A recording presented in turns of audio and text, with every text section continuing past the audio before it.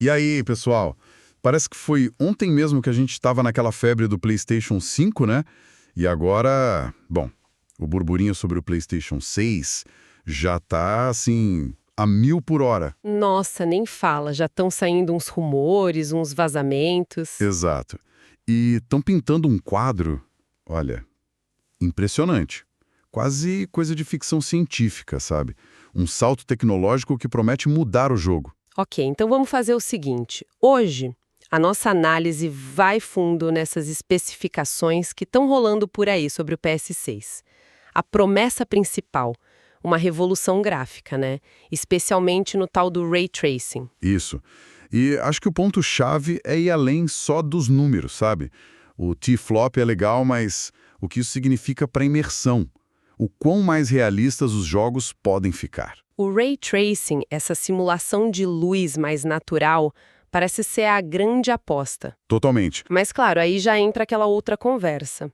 A gente precisa mesmo de um salto tão grande agora? E o preço disso tudo, né? É a pergunta que não quer calar, né? O que vai custar uns bons milhares de reais no lançamento. Nosso objetivo aqui é justamente esse: explorar o que esses vazamentos sugerem sobre a potência do PS6, esse foco no Ray Tracing e até essa comparação meio maluca com placa de PC que nem existe. Uhum. Mas sem esquecer de pensar no timing, no custo, em tudo isso. Então, vamos começar pelo coração da máquina, a tal receita do bolo que vazou. Falam num chip APU, que é CPU e GPU juntas, né? Isso, num chip só. Otimiza tudo. Codinome Orion. E o processo de fabricação? 3 nanômetros da TSMC. Isso, na prática, significa o quê?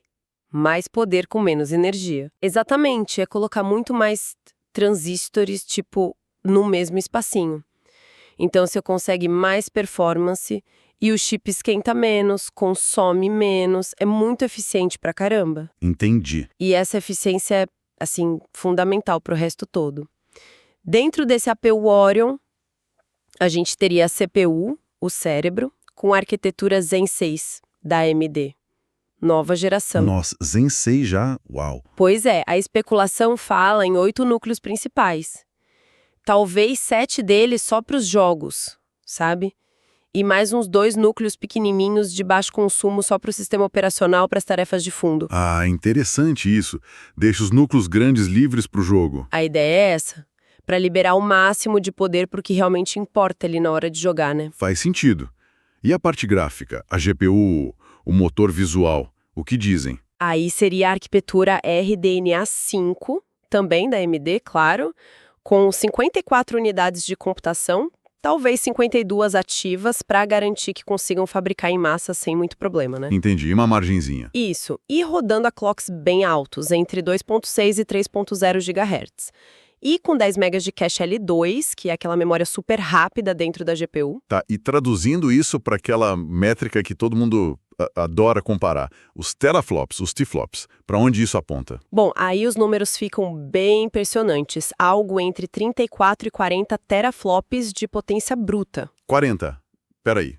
O PS5 original tem quanto? 10. O PS5 base tem 10.28 teraflops. O PS5 Pro, que ainda nem saiu, mas que estão especulando, deve ter uns 16.7 teraflops. Nossa! Então, falar em 34, 40 teraflops para o PS6 é um salto assim gigantesco, quase 4 vezes o PS5 base. É outra liga, né? Caramba, é um aumento exponencial mesmo. E para dar conta de alimentar uma GPU dessas, a memória também tem que acompanhar, imagino. Com certeza. Aí entra a GDDR7, a próxima geração de memória RAM para gráficos, com um barramento de 160 bits, o que daria uma largura de banda, a velocidade que a GPU pega os dados, de 640 gigabits. 640? É muita coisa. E a quantidade total de RAM unificada, aquela que serve para tudo, ficaria entre 30 e 40 gigas. 30, 40 é bastante, mas talvez eles fiquem nos 30 gigas para segurar o custo, né? Sempre tem isso. É uma possibilidade real. Controlar custo é sempre um fator crítico para console. Mas o que eu acho fascinante aqui é como tudo se encaixa, sabe? O processo de 3 nanômetros que permite essa potência toda com eficiência. Sim. As novas arquiteturas Zen 6 e RDNA 5, que já trazem ganhos por si só. E aí você tem esse salto enorme em teraflops, mas com um consumo estimado, TDP, de só 160 watts. 160, isso é baixo para essa potência toda. Menor que o PS5 Pro, pelo que falam. Exatamente, surpreendentemente baixo. E a memória GDDR7 é crucial para garantir que essa GPU monstra não fique ociosa, esperando o dado chegar, sem gargalo. Entendi. E essa combinação toda não abre portas só para gráfico bonito, né? Pensa em física mais complexa nos jogos, IA mais esperta, mais reativa. Verdade, tem esse lado também. Mas agora vamos para a parte que está dando o que falar mesmo. A grande promessa, o foco desses vazamentos. Desempenho em Ray Tracing. Ah, sim, o santo graal da geração atual, né? Pois é. E as informações que estão rolando falam em, olha isso, 6 a 12 vezes mais performance em Ray Tracing que o PS5 original. 6 a 12 vezes. É difícil até de imaginar o que isso significa na tela. É um multiplicador absurdo, não é um ganho pequeno, incremental. É um salto de qualidade mesmo na capacidade de simular a luz de forma realista. É o tipo de número que sugere que a forma como os jogos são iluminados, renderizados, pode mudar fundamentalmente. E aí vem a comparação que causou um rebuliço danado. A alegação de que o PS6 poderia, rivalizar com uma futura placa de PC top de linha, a NVIDIA GeForce RTX 5090, que nem foi anunciada ainda. Isso aí foi forte. E especificamente em cenários pesados de Ray Tracing, como o tal do Path Tracing. Explica pra gente rapidinho o que é esse Path Tracing. Bom, de forma simples, o Path Tracing é tipo a evolução do Ray Tracing. O Ray Tracing normal já traça raios de luz para calcular iluminação, reflexo, sombra. O Path Tracing tenta simular o caminho completo da luz. Completo como? Desde a fonte, tipo o sol ou uma lâmpada, até chegar na câmera, no olho do jogador, incluindo todas as vezes que essa luz bate numa superfície, reflete, muda de cor, se espalha. É como simular a física da luz de um jeito muito mais profundo, sabe? Nossa, deve exigir muito do hardware. Exige pra caramba. É brutalmente pesado. Mas o resultado é um nível de realismo na iluminação, nas sombras suaves, nos reflexos, que o Ray Tracing mais comum ainda não entrega totalmente em tempo real nos jogos. Entendi. Mas então, essa comparação com a 5090, mesmo que seja só para Path Tracing, não soa meio otimista demais para um console que precisa ser vendido a um preço acessível, né? Uma 5090 vai custar uma fortuna. É uma comparação bem ousada, não dá para negar, e tem que ser vista com muita cautela, com contexto. Provavelmente isso se refere a cenários muito específicos, sabe? Onde a arquitetura RDNA 5 do PS6 teria alguma aceleração de hardware dedicada para isso, otimizações muito fortes. Ah, entendi. E além disso, a aposta seria gigante em inteligência artificial para ajudar. Pensa no FSR da AMD, talvez uma versão 4, ou no PSSR da própria Sony. Aquelas técnicas de upscaling, né? Isso, de reconstrução de imagem. O jogo roda numa resolução menor internamente e a IA preenche os pixels que faltam de forma inteligente para chegar no 4K ou até mais. Ela recupera detalhes, limpa o ruído que o Ray Tracing pesado pode gerar. É um truque inteligente, então. Um truque computacional bem sofisticado, para ter o melhor dos dois mundos. Visual top e performance boa. O objetivo final, provavelmente, não é igualar a 5090 em tudo, mas sim fazer o 4K a 60 quadros por segundo, talvez até 120 com essa reconstrução, com o Ray Tracing no máximo, virar o padrão. Algo jogável, fluido e não só uma opção que derruba os frames como a gente vê hoje. Ah, agora faz mais sentido. Tirar o Ray Tracing daquele lugar de modo gráfico opcional para algo que simplesmente tá lá, funcionando bem por padrão. E a parte gráfica mais tradicional, a rasterização, ela melhora também? Melhora, claro. Os vazamentos falam em algo tipo 2,5 a 3 vezes a performance do PS5 em rasterização.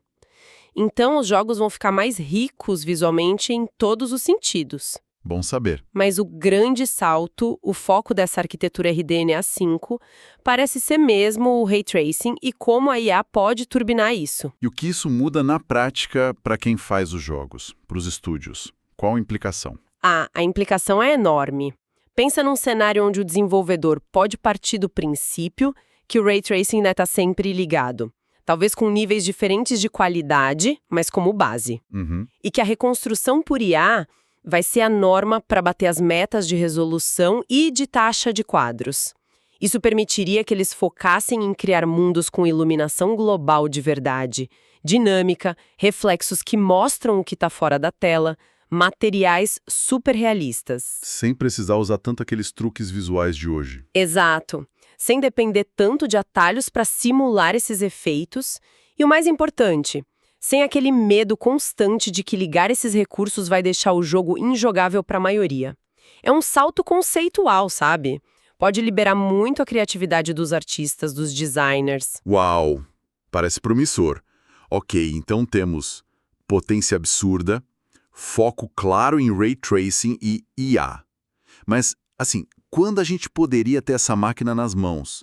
Os vazamentos trazem essa conversa para a realidade também. Sim, pé no chão agora. A produção em massa, segundo os rumores, começaria só lá para meados de 2027. 2027, meio do ano. E seguindo essa linha, a janela de lançamento mais provável que estão apontando seria a nossa primavera de 2027, que é o outono lá no hemisfério norte. Primavera de 2027. Isso mantém aquele ciclo de mais ou menos 7 anos entre gerações, né? O PS5 saiu em 2020. Faz sentido. Ainda mais se tiver um PS5 Pro no meio do caminho. Exatamente. Se considerarmos o Pro como um refresh, bate certinho. E antes disso, alguma chance de notícia oficial? Lembro que com o PS5, o Mark Cerny apareceu bem antes para falar da parte técnica. É uma boa pergunta. Se a Sony repetir a estratégia, talvez a gente tenha informações concretas já na nossa primavera de 2026. Mais ou menos 1 ano e meio antes desse lançamento que estão especulando. Seria bom, né? Para ir preparando o terreno, o hype. Com certeza. E ajuda os desenvolvedores também. E tem outro detalhe prático interessante, que veio de outra fonte conhecida, o Tom Henderson, sobre o leitor de disco. Ah, é? O que tem ele? Parece que o PS6 manteria aquela ideia do leitor de disco removível, igual a gente viu no modelo mais recente do PS5, o Slim. Olha só. Isso é interessante. Dá mais flexibilidade para o consumidor, né? Quem quiser só digital, pega mais barato. Quem faz questão do físico, compra o leitor separado. Exatamente. E para a Sony deve simplificar a produção, o estoque, tem um modelo base e um acessório. Verdade. Atende a diferentes perfis. Porque assim, embora o digital domine hoje, tem gente na indústria que fala que menos de 5% das vendas de jogo AAA são físicas, em alguns lugares. Só isso? Nossa! Pois é, mas ainda tem uma galera que gosta da caixinha, do disco, de poder revender, emprestar. Manter essa opção removível parece um meio termo inteligente. Com certeza. E a retrocompatibilidade com PS4 e PS5, isso continua, né? Sim, os vazamentos apontam que sim, que vão manter, o que é sempre uma ótima notícia para quem já tem uma biblioteca de jogos, né? Não perdeu o investimento. Sem dúvida. Mas falando em mercado, no que o pessoal quer, parece que nem todo mundo está nessa empolgação toda com uma nova geração tão potente e provavelmente cara, chegando já em 2027. É verdade, teve aquela visão bem direta do Naoki Yoshida. Isso. O diretor de Final Fantasy XIV e XVI, figura super respeitada. Ele meio que jogou um balde de água fria nesse hype todo, né? Jogou. A declaração dele deu o que falar. Basicamente, ele disse algo como: olha, do ponto de vista de quem joga, não tem uma necessidade real de hardware novo agora. É uma afirmação forte, vindo de dentro da indústria. Qual que é a lógica dele? Ele argumenta que muitos jogadores ainda estão, explorando e satisfeitos com o PS5, com o Xbox Series X, o salto visual entre gerações para o consumidor médio talvez não seja mais tão óbvio, tão transformador como era, sei lá, do PS2 para o PS3. Entendi. E o ponto crucial: custo. Um console com essa tecnologia toda de 3 nanômetros, GDDR7, essa capacidade de ray tracing, não vai ser barato no lançamento. Hardware novo e potente é caro, e a situação econômica global pode dificultar ainda mais essa compra para muita gente. É verdade. Ele basicamente questiona se o mercado precisa e se está pronto para pagar por isso agora. É um ponto de vista bem pragmático. Muita gente sofreu para conseguir um PS5 nos primeiros anos, com falta de estoque, preço alto. Exato. Mas, por outro lado, não é justamente esse avanço tecnológico que empurra a indústria para frente? Que permite criar novas experiências que justificam o investimento? Será que o Yoshida não está subestimando um pouco essa vontade de inovar? Exatamente, aí é que está o debate. O próprio Yoshida reconhece que a opinião dos jogadores é dividida, tem sim uma parte grande do público e dos próprios desenvolvedores que está louca por mais poder, que acredita que só com hardware novo dá para destravar o próximo nível de imersão, de complexidade, de mecânicas novas. A eterna briga entre acessibilidade e tecnologia de ponta. Isso, é essa tensão. O argumento dele foca mais no jogador médio, nas condições atuais do mercado. Já os entusiastas de tecnologia, os fabricantes, esses sempre vão querer forçar a barra e empurrar os limites. As duas visões têm seu valor, né? Com certeza. Então tá, vamos tentar juntar as peças desse quebra-cabeça todo. O que a gente tem são rumores bem consistentes apontando para um PlayStation 6 com, um potencial de processamento absurdo. Um salto enorme em teraflops. Isso. Mas com um foco ainda maior na capacidade de ray tracing, que pode ser de 6 a 12 vezes maior que a do PS5. O direcionamento tecnológico parece bem claro. Ray tracing acelerado por hardware, turbinado por inteligência artificial. Esses seriam os protagonistas. O objetivo final: entregar jogos em 4K, com iluminação super realista e alta taxa de quadros, 60 FPS, talvez até 120 com reconstrução como padrão. Tornar isso a linha de base, não mais a exceção. Exatamente. E na parte prática, manter a retrocompatibilidade com PS4 e PS5 e a flexibilidade do leitor de disco removível, tudo isso com um possível lançamento lá para 2027... Analisando o quadro geral, se esses vazamentos estiverem certos, o PS6 parece um console com uma missão muito clara: fazer o Ray Tracing se tornar onipresente e, principalmente, performático. A promessa é muito ambiciosa. 4K com Ray Tracing de alta qualidade para jogar, não só para admirar em modo foto. Levar o que hoje a gente chama de Next Gen para o nível básico. Basicamente isso. Só que, como a crítica do Yoshida nos lembra, só tecnologia impressionante não basta, né?